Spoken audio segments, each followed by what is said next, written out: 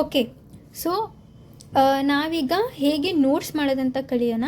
Okay, ಹೇಗೆ ಶಾರ್ಟಾಗಿ notes ಮಾಡೋದು ಮತ್ತು ಆ ನೋಟ್ಸಿಂದ ಹೇಗೆ ಓದೋದು ಮತ್ತು ನಂತರ ಹೆಂಗೆ ಟಾಪರ್ ಆಗುವಂತಹದ್ದು. ಲೈಕ್ ಎವ್ರಿ ಇಯರ್ ನಾನು 9th ಹಿಡಿದು ಲಾಸ್ಟ್ ಡಿಗ್ರಿ ತನಕನೂ ಕೂಡ ಈ ಶಾರ್ಟ್ ನೋಟ್ಸ್ ಟ್ರಿಕ್ಕಿಂದನೇ ಕೂಡ ಓದಿದ್ದೀನಿ. ಈ ಶಾರ್ಟ್ ನೋಟ್ಸಿಂದನೇ ಕೂಡ ಲೈಕ್ ನಾನೀಗ ಹೇಳ್ಕೊಡ್ತಾ ಇದ್ದೀನಲ್ಲ, ಅದೇ ಥರ ನೀವು ಮಾಡಿದರೆ ನೀವು ಕೂಡ ಟಾಪರ್ ಆಗ್ಬೋದು. ನೀವು ಕೂಡ ಲಾಸ್ಟ್ ಮೂಮೆಂಟಲ್ಲಿ ನಿಮಗೆ ಓದೋಕ್ಕಾಗಲ್ಲ, ಎಲ್ಲ ಟಾಪಿಕ್ಸು ಕವರ್ ಆಗಲ್ಲ ಅಂತಂದರೆ ಈ ಟ್ರಿಕ್ಕಿಂದ ನೀವು ಓದ್ಕೋಬೋದು. ಅಟ್ಲೀಸ್ಟ್ ನಾನಂತೂ ಗ್ಯಾರಂಟಿ ಕೊಡ್ತೀನಿ, ಈ ರೀತಿಯಾಗಿ ನೀವು ನೋಟ್ಸ್ ಪ್ರಿಪೇರ್ ಮಾಡಿದರೆ, ಈ ರೀತಿಯಾದಂಥ ನೋಟ್ಸಿಂದ ನೀವು ಪ್ರಿಪೇರ್ ಮಾಡಿ ಓದಿದ್ರೆ ಪಕ್ಕ ನೀವು ಫಸ್ಟ್ ಕ್ಲಾಸ್ ಸೆಕೆಂಡ್ ಕ್ಲಾಸ್ ಅಂತೂ ಪಕ್ಕ ಬಂದೇ ಬರ್ತೀರಾ. ಡಿಸ್ಟಿಂಕ್ಷನ್ ನಂತರ ಡಿಸ್ಟಿಂಕ್ಷನ್ ರ್ಯಾಂಕು ಅದೆಲ್ಲ ಬರೋಕ್ಕಾಗಲಿಲ್ಲ ಅಂತ ಅಂದ್ರೂ ಕೂಡ ಪಕ್ಕ ನೀವು ಫಸ್ಟ್ ಕ್ಲಾಸ್ ಸೆಕೆಂಡ್ ಕ್ಲಾಸ್ ಅಂತೂ ಬಂದೇ ಬರ್ತೀರಾ. That is my guarantee. Okay, so ನಾನು ಹೇಗೆ ಫಾಲೋ ಮಾಡ್ತಾಯಿದ್ದೆ ನೋಟ್ಸನ್ನೆಲ್ಲ ನಿಮ್ಗೆ ಹೇಳ್ಕೊಡ್ತೀನಿ, ಸರಿನಾ? ಸೊ ಫಸ್ಟ್ ನೀವು ಈ ಥರ ತಗೊಳ್ಳಿ, ಇಂಡೆಕ್ಸ್ ತಗೊಳ್ಳಿ, ಎಲ್ಲ ಟಾಪಿಕ್ಸ್ ಐತೆ ಈ ಥರದ್ರಲ್ಲಿ. ಸೊ ಫಸ್ಟ್ ನಿಮ್ಗೇನು ಗೊತ್ತಾಗಬೇಕು, ಈ ಥರ ಟಾಪಿಕ್ ಇದೆ, ಒಂದು ಟಾಪಿಕ್ ತಗೊಳ್ಳಿ. ಲೆಟ್ಸ್ ಸಿ ಹಾರ್ಟ್ ಫೇಲ್ಯೂರ್ ಟಾಪಿಕ್ನ ತೊಗೊಳ್ಳೋಣ. Okay, 333 page number. ಸೊ ನಾವು ತೊಗೊಂಡ್ವಿ ಹಾರ್ಟ್ ಫೇಲ್ಯೂರ್ ಟಾಪಿಕ್ ತೊಗೊಂಡ್ವಿ. ಸೊ ಇದು ಟೆಕ್ಸ್ಟ್ ಬುಕ್ಕು. ಐದರ್ ನಿಮ್ಮ ಹತ್ರ PDF ಇರಬೇಕು, ಅಥವಾ ನಿಮ್ಮ ಹತ್ರ ಟೆಕ್ಸ್ಟ್ ಬುಕ್ ಇರಬೇಕು, ಅಥವಾ ನಿಮ್ಮ ಹತ್ರ ಜೆರಾಕ್ಸ್ ಕಾಪೀಸ್ ಇರಬೇಕು. ಏನಾದರೂ ಒಂದು ಸೋರ್ಸ್ ಆಫ್ ಸ್ಟಡಿ ಇರಲೇ ಇರಬೇಕು. ಓಕೆನಾ? ಸೊ ಆ ಸೋರ್ಸಿಂದ, ರೆಕಗ್ನೈಸ್ಡ್ ಸೋರ್ಸಿಂದ ಯಾವುದೋ ಒಂದು ತೊಗೊಂಡು ಓದೋದಲ್ಲ, ರೆಕಗ್ನೈಸ್ಡ್ ಸೋರ್ಸಿಂದ ತೊಗೊಂಡು ನಾನೀಗ ಈ ಟೆಕ್ಸ್ಟ್ ಬುಕ್ ತೊಗೊಂಡಿದ್ದೀನಿ. ಸೊ ಇದರಿಂದ ಇಷ್ಟೊಂದು ಟಾಪಿಕ್ಸಿಂದ ನಾನು ಹೇಗೆ ನೋಟ್ಸ್ ಮಾಡೋದು ಅಂತ ಹೇಳ್ಕೊಡ್ತೀನಿ. ಓಕೆ, ಸೊ ಈ ಟಾಪಿಕ್ ಇದೆ. ಸೊ ನಾವು ಹಾರ್ಟ್ ಫೇಲ್ಯೂರ್ ಬಗ್ಗೆ ತೊಗೊಂಡಿದ್ದೀವಿ. ಇದರಿಂದ ನೀವು ಓಕೆ, ಸೊ ಈ ಟಾಪಿಕ್ ತೊಗೊಂಡ್ರಿ, ನೀವು ಹಾರ್ಟ್ ಫೇಲ್ಯೂರ್ ಟಾಪಿಕ್ ತೊಗೊಂಡ್ರಿ. ಹೇಗೆ ಮಾಡಬೇಕು ಅಂತಂದರೆ, ಫಸ್ಟ್ ಆಫ್ ಆಲ್ ನೀವು ಓದ್ಕೊಂಡು ಹೋಗಬೇಕು, ಲೌಡಾಗಿ ಓದ್ಕೊಂಡು ಹೋಗಬೇಕು. ನ್ಯೂಸ್ ಪೇಪರ್ ಓದ್ತಿರಲ್ಲ ಆ ಥರ. ಸೊ ಇಲ್ಲಿಂದ ಓದ್ಕೊಂಡು ಹೋದ್ರಿ, ಇಲ್ಲಿಂದ ಇಲ್ಲಿ ತನಕ ಓದ್ಕೊಂಡು ಹೋದ್ರಿ. ಸೊ ಏನಿದೆ ಇಲ್ಲಿ, what defines heart failure is difficult to standardise, there is significant heterogeneity regarding the specific criteria. Like ಇದನ್ನು ನೀವು ಓದ್ಕೊಂಡು ಹೋದಾಗಲೇ ನಿಮಗೆ ಗೊತ್ತಾಗ್ಬಿಡುತ್ತೆ, ಇದೆಲ್ಲ ಬೇಡ, ಇದೆಲ್ಲ ಇಂಪಾರ್ಟೆಂಟ್ ಇಲ್ಲ, ಇದೆಲ್ಲ ಪೆನ್ಸಿಲ್ ತೊಗೊಳ್ಳಿ, ಆಯಿತಾ? ಸೊ ಪೆನ್ನಲ್ಲಿ ತಿದ್ದೋದು ಆ ಥರ ಎಲ್ಲ ಮಾಡಬೇಡಿ. ಸೊ ಪೆನ್ಸಿಲ್ ತೊಗೊಳ್ಳಿ, ಇಲ್ಲಿಂದ ಇಲ್ಲಿ ತನಕ ಒಂದೊಂದು ಪ್ಯಾರಾಗ್ರಾಫ್ ವೈಸ್ ಓದ್ಕೊಂಡು ಹೋಗಿ. ಸೊ ನನಗೆ ಇಷ್ಟು ಪಾಯಿಂಟಲ್ಲೂ ಏನೂ ಇಂಪಾರ್ಟೆಂಟ್ ಅನ್ನಿಸ್ಲಿಲ್ಲ. ಸೊ ನೆಕ್ಸ್ಟ್ ನಾನು ಪೇಜ್ ಟರ್ನ್ ಮಾಡಿದೆ.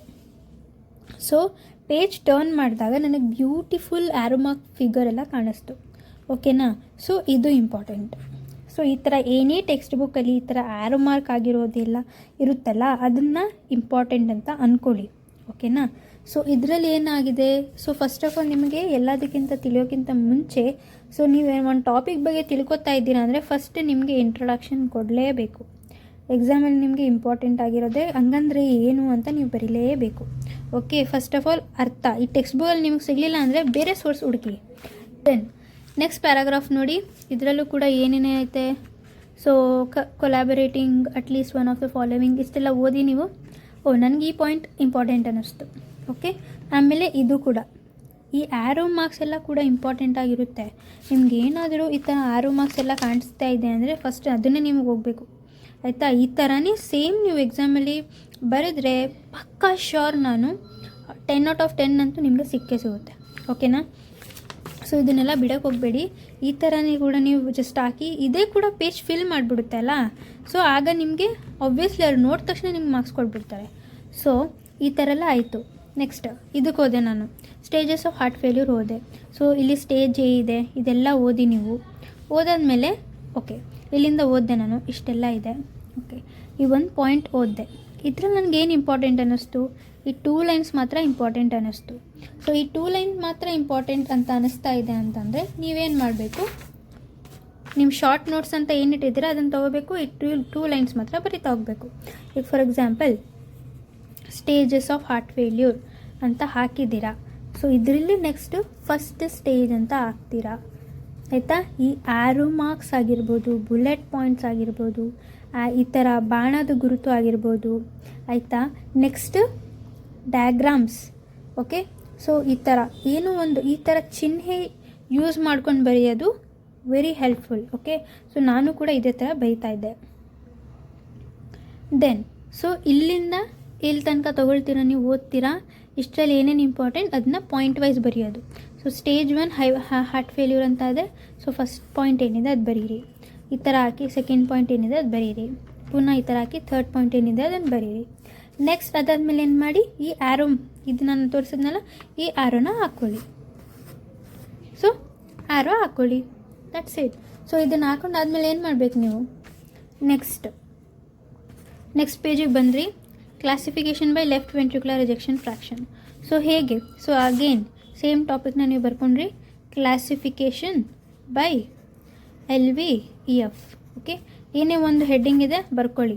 ಸೊ ಅಗೇನ್ ಇಲ್ಲಿಂದ ಇಲ್ಲಿ ತನಕ ಓದಿ. ಎಷ್ಟು ಪ್ಯಾರಾಗ್ರಾಫ್ ಓದಿದ್ದೀರಾ ಅಂತ ಅಂದರೆ ನಿಮ್ಗೆ ಏನಾದರೂ ಒಂದು ಇಂಪಾರ್ಟೆಂಟ್ ಅನಿಸಿರುತ್ತೆ. ಸೊ ಇಲ್ಲೇ ಅವರು ಬುಲೆಟ್ ಮಾಡ್ಕೊಂಡು ಹಾಕಿದ್ದಾರೆ. Heart failure will reduce ejection fraction, heart failure mile reduce ejection fraction, heart failure will preserve ejection fraction, ಈ ಥರ ಎಲ್ಲ ಇದೆ. ಸೊ ಆ ಬುಲೆಟ್ ಪಾಯಿಂಟ್ಸ್ನ ನೀವು ಮೇಕೌಟ್ ಮಾಡಬೇಕು, ಆಯಿತಾ. Heart failure with reduced ejection fraction. Then ಈ ಟಾಪಿಕ್ಸ್ ಏನೇನು ನಿಮ್ಗೆ ಇಂಪಾರ್ಟೆಂಟ್ ಅನಿಸುತ್ತೆ ಅದನ್ನು ಅಂಡರ್ಲೈನ್ ಮಾಡ್ಕೊಳ್ಳಿ, ಅದನ್ನು ಹಾಕಿ ಇಲ್ಲಿ ಬರೀರಿ, ಆಯಿತಾ. ಇದನ್ನು ನೀವು ಏನು ನಿಮ್ಗೆ ಇಂಪಾರ್ಟೆಂಟ್ ಅನಿಸುತ್ತೆ ಅದನ್ನು ಈ ಥರ ಅಂಡರ್ಲೈನ್ ಮಾಡಬೇಕು, ಡಬಲ್ ಈ ಥರ ಅಂಡರ್ಲೈನ್ ಮಾಡೋದ್ರಿಂದ ಏನಾಗುತ್ತೆ, ಅದು ಆಕರ್ಷಿಸುತ್ತೆ ಇನ್ವಿಜಿಲೇಟರ್ಗೆ. It will attract your invigilator. So ಅದಾದಮೇಲೆ ಏನಾಗುತ್ತೆ, when it attracts your invigilator ಪಕ್ಕ ನಿಮಗೆ ಮಾರ್ಕ್ಸ್ ಸಿಗುತ್ತೆ, ಆಯಿತಾ. ಸೊ ಈ ಥರ ನೀವು ನೋಟ್ಸ್ ಮಾಡಬೇಕು. ಸೊ ಈ ಥರನೇ ನೀವು ಕೂಡ, ಸೊ ಇಲ್ಲಿ ಇದು ಓದಿದ್ರಿ again you saw same arrow mark thing, ಇದನ್ನು ಕೂಡ ನೀವು ಕಾಪಿ ಮಾಡ್ಕೋಬೇಕು, ಆಯಿತಾ. ನನಗಂತೂ ಈ ಥರ ಸಿಗ್ಬಿಟ್ರಂತೂ ನನಗೆ ಮಜಾನೇ ಮಜಾ. ಇಷ್ಟು ನನಗೆ ಸಿಗ್ಬಿಡ್ತಿದ್ದೆ, ಇದನ್ನು ಯಾಕೆ ನೋಟ್ಸಲ್ಲಿ ಬರೆದ್ಬಿಡ್ತಾಯಿದ್ದೆ. ಶಾರ್ಟ್ ನೋಟ್ಸಲ್ಲಿ ಬರೆದ ತಕ್ಷಣ ಏನಾಗ್ತಾಯಿತ್ತು, ಅಗೇನ್ ನಾನು ಎಕ್ಸಾಮಲ್ಲೂ ಕೂಡ ಅದನ್ನೇ ಬರಿತಾಯಿದ್ದೆ. ಸೊ ನನ್ನ ನೋಟ್ಸಲ್ಲಿ ಏನಿರ್ತಿತ್ತು ಅದನ್ನೇ ನಾನು ಓದ್ತಾಯಿದ್ದೆ, ಅದನ್ನೇ ನಾನು ಎಕ್ಸಾಮ್ಗೂ ಬರಿತಾಯಿದ್ದೆ. ಸೊ ಅಬ್ವಿಯಸ್ಲಿ ನನಗೆ ಮಾರ್ಕ್ಸ್ ಜಾಸ್ತಿ ಸಿಗ್ತಾಯಿತ್ತು ಇದರಿಂದ. ಸೊ ಈ ಟ್ರಿಕ್ಸು ಯಾರಿಗೂ ಗೊತ್ತಿರಲಿಲ್ಲ. ನನ್ನ ಜೊತೆ ನನ್ನ ಫ್ರೆಂಡ್ಸ್ ಯಾರಿದ್ದೆ ಅವ್ರಿಗೆಲ್ಲ ಗೊತ್ತಿರಲಿಲ್ಲ, ನಾನು ಹೇಳ್ತಾ ಇರಲಿಲ್ಲ. ಓಕೆ, ಸೊ ಇದೆಲ್ಲ ಇಂಪಾರ್ಟೆಂಟ್. ಓಕೆ, ನಿಮಗೆ ಮಾರ್ಕ್ಸು ಬೇಗ ನೀವು ಗ್ರ್ಯಾಬ್ ಮಾಡ್ಕೋಬೋದು ಇದರಿಂದ. ಸೊ ನೆಕ್ಸ್ಟ್ ಟೆಕ್ಸ್ಟ್ ಬುಕ್ ಲಾಸ್ಟಲ್ಲಿ ನಿಮಗೆ ನನಗೆ ಇನ್ನೂ ಜ್ಞಾಪನ ಇದೆ. ಟೆಕ್ಸ್ಟ್ ಬುಕ್ ಲಾಸ್ಟಲ್ಲಿ ಒಂದು ರಿವಿಷನ್ ಅಂತ type like bullet small points ಥರ ಇರ್ತಿತ್ತು. ಈ ಥರ ನೋಡಿ, ಒಂದು ಡಬ್ಬದಲ್ಲಿ ಒಂದು ಸ್ಮಾಲ್ ಪಾಯಿಂಟ್ಸ್ ಇರ್ತಿತ್ತಲ್ಲ, ಅದನ್ನು ಬಿಡಬೇಡಿ, ಅದನ್ನು ಟಿಕ್ ಹಾಕೊಳ್ಳಿ, ಅದನ್ನು ಶಾರ್ಟ್ ನೋಟ್ಸ್ ಹಾಕಿ. ಸೊ ನಿಮಗೆ ಲೆಂತ್ ಸಿಗುತ್ತೆ, ಪಾಯಿಂಟ್ ಸಿಗುತ್ತೆ, ಇಂಪಾರ್ಟೆಂಟ್ ಮಾರ್ಕ್ಸ್ ಸಿಗುತ್ತೆ, ಲೈಕ್ ಏನೇನು ಬರೀಬೇಕು ಅದೆಲ್ಲ ಸಿಗುತ್ತೆ. ಅದರಿಂದ ನೀವೇನಾಗುತ್ತೆ, ಇನ್ವಿಜಿಲೇಟರ್ ನಿಮ್ಮ ಆನ್ಸರ್ ನೋಡಿದ ತಕ್ಷಣ ನಿಮಗೆಲ್ಲ ಗೊತ್ತು, ನಿಮ್ಮೆಲ್ಲ ಚೆನ್ನಾಗಿ ಬರ್ತಿದ್ದೀರಾ ಅಂತ ಅಂದ್ಕೊಳ್ತಾರೆ. ಅದರಿಂದ ಏನಾಗುತ್ತೆ, ನಿಮ್ಮ ಮಾರ್ಕ್ಸ್ ಜಾಸ್ತಿ ಸಿಗುತ್ತೆ.